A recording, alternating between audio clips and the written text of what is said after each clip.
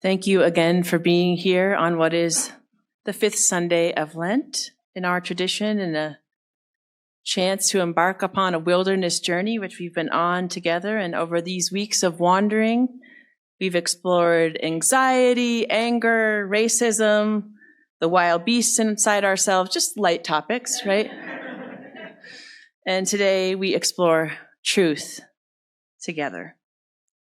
I invite you now to take some deeper breaths, letting ourselves arrive as fully as we can to tune into whatever word is meant for us today. And as you are moved, I invite you to join me in a spirit of prayer. God, may the words of my mouth and the meditations of all our hearts be acceptable in your sight, our rock and our redeemer. Amen. Knowing the truth is liberating. This idea is a core teaching in the Christian tradition, and one of my favorite texts, as I said, illuminating this is found in the Gospel of John, where we read, "You will know the truth, and the truth will set you free." And as you heard from the psalm for this morning, the writer, the one crying out, believes that God, the Creator, desires truth, that we should care about truth and setting things right and seeing things rightly as part of our spiritual path. In the teachings of the Gautama Buddha, we read, 3 things cannot be hidden: the sun, the moon, and the truth. Because the truth is liberating. But wow, doesn't it seem like that in some places the truth is quite literally unwelcome right now? Like if it were to be if it were to show up, it would be booed or poisoned or bombed. Because the truth is too hard sometimes. Too hard to hear, too hard to take in, too uncomfortable, too loud, too different, too challenging. And sometimes we just can't even see it. As James Joyce wrote, "Shut your eyes and see," which to me means we have to let go of seeing how we used to see things anew. So what is the truth right now? Does it matter? Or are we too close to it, near to something else to even know? With everyone doing their own research, what is the truth? Accepting the algorithms and what they deliver to us, limiting ourselves to certain stories, curating perspectives to confirm what we already know. Sophia Jihad Levine is a Muslim chaplain and the secretary of the Sunbury Islamic Center, and she wrote a column earlier this year on truth-telling in 2024 and how hard that has become in some places, especially for journalists. She wrote, "Stories and memes containing incitement and lies are shared millions of times online. Clicking a small share button is all it takes to slander a person. Deep fakes and AI complicate the problem. Fake news and alternative facts have become the accepted norm. It's alarming that they can be weaponized to harm reputations and endanger lives." And she ends her piece. She shared that in her tradition, the Prophet Muhammad, as I said, has this beautiful little gem of a teaching: speak the truth, even when it is bitter. But in my experience, being able to do this is hard and requires lots of letting go. Speaking truth and living truth, being honest about our faults, about what is in the world around us, it means a lot of letting go. Letting go of perceiving things the way we once did. Letting go of thinking people will respond a certain way. Wow, that one's huge right there. Save you a lot of therapy if you do that.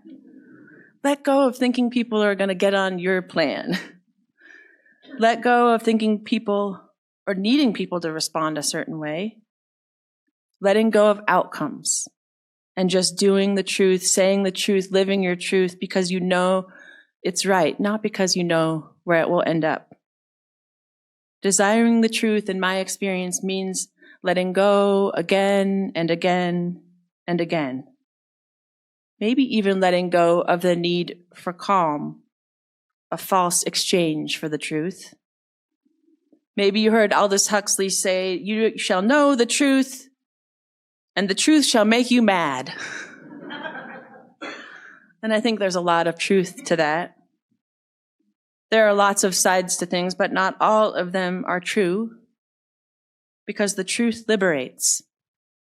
That's one of the measures we have. Does it add freedom, expand possibilities? And here's the other thing I wonder about truth. Maybe truth is one of the most important ways that love manifests. Love is the anchor of our faith. And what if it has a connection to truth? What if desiring truth and living out of our truth is part of how we love? Maybe you have read or follow Andrea Gibson, Colorado's poet laureate. She's written openly and beautifully about all kinds of things, including her cancer diagnosis. She says that the poets taught her to trust her own voice and how to tell the truth in a way that would inspire action. She wrote, "They taught me that being a poet isn't so much about how we show up to the page, but how we show up to the world." When Andrea was nominated to be the laureate, she thought, how can I accept a 2-year position when I cannot promise I will live 2 years? But she wrote that no one can promise that. And she said, I've been very public about my cancer journey, not because I want people to know I'm mortal, but because I so badly want others to know they are. She said, knowing that I could die any day saved my life. Talk about a freeing letting go. In a video she shared, she told this story. She said, I've been seeing a number of alternative doctors since my cancer diagnosis, and I saw this one doctor who said, the cancer thinks it's a better version of you than you are. So you want to spend some time in your day telling it you are the better version of it, and tell it to go. She said, oh, wild, I've been doing the opposite.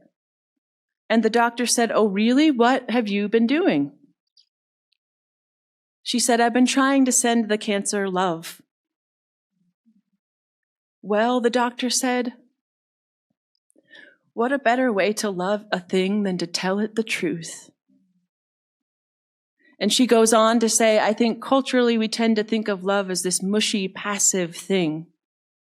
But when we think about it as the truth, as speaking the truth, as sharing the truth, as being truth in a way, it just resonates with me as exactly what love is. So what if speaking the truth is love? And what if living our truths is love? And what if letting the people we love live their truths is love?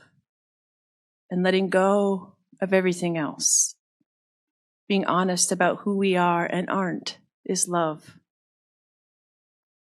So beautiful people, what do you think? I'm sure you have some wisdom. For you who are guests or here for the first time, it is our practice to live into what we believe, which is that all of us have wisdom, all of us have access to source. And so we are going to share for a few minutes as we're moved with those around us. What is truth to you? How do you live your personal truth? What can a faith community like ours do to protect truth? Does the truth matter? All right, have at it. And you who are watching on the live stream, as you know, we invite you to journal, reflect with those in your household, ponder these same questions.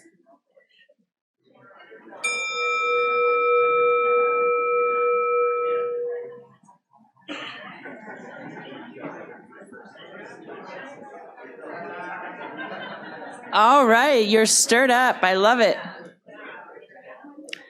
Any insights good enough to be elevated to the live stream and to the others in the room? Yes. Welcome, Eileen. Nice to see you again.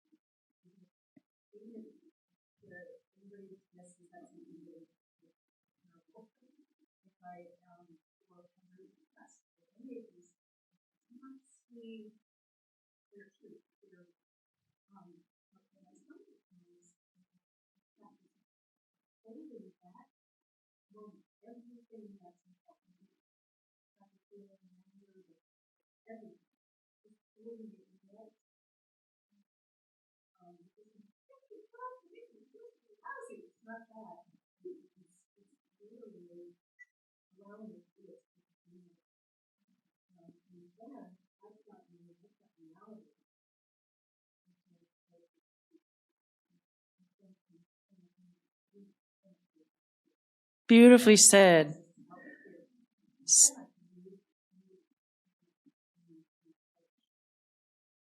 Again, a very spiritually mature response, Eileen.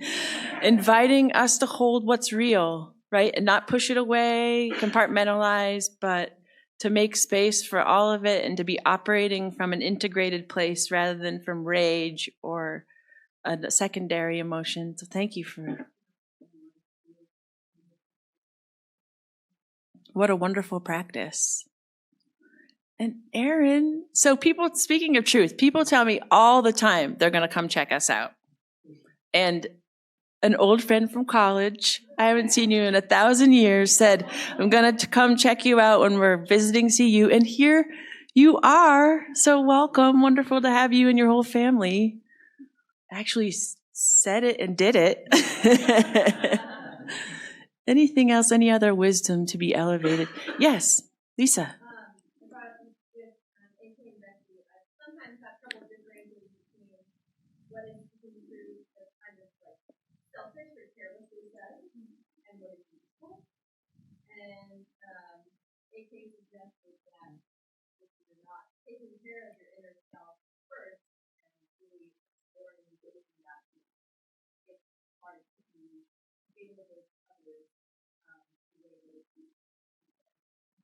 Excellent point. If we're not doing our inner work, knowing what's going on, it's hard to be operating really from a truthful place outward. Beautifully said.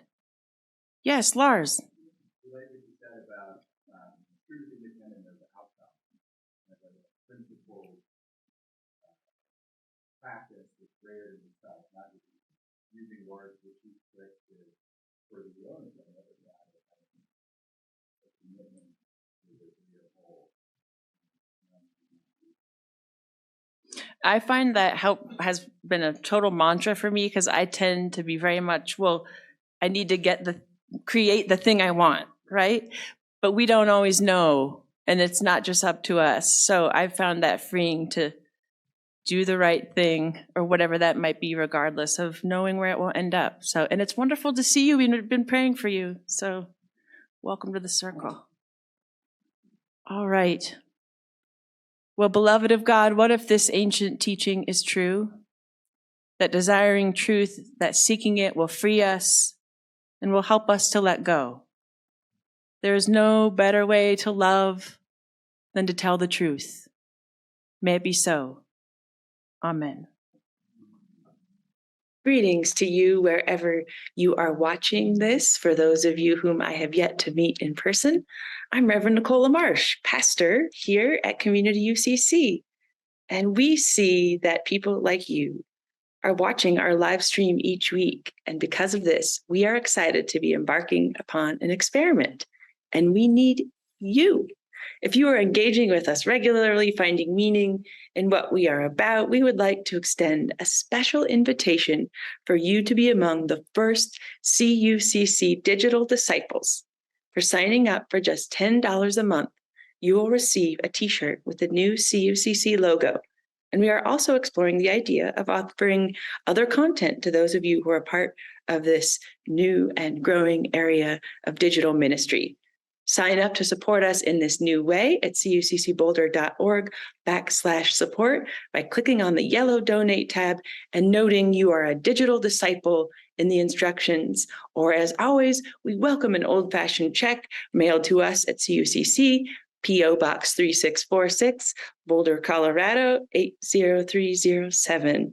Thank you for being and building beloved community with us, and thank you for your gift, whatever it might be.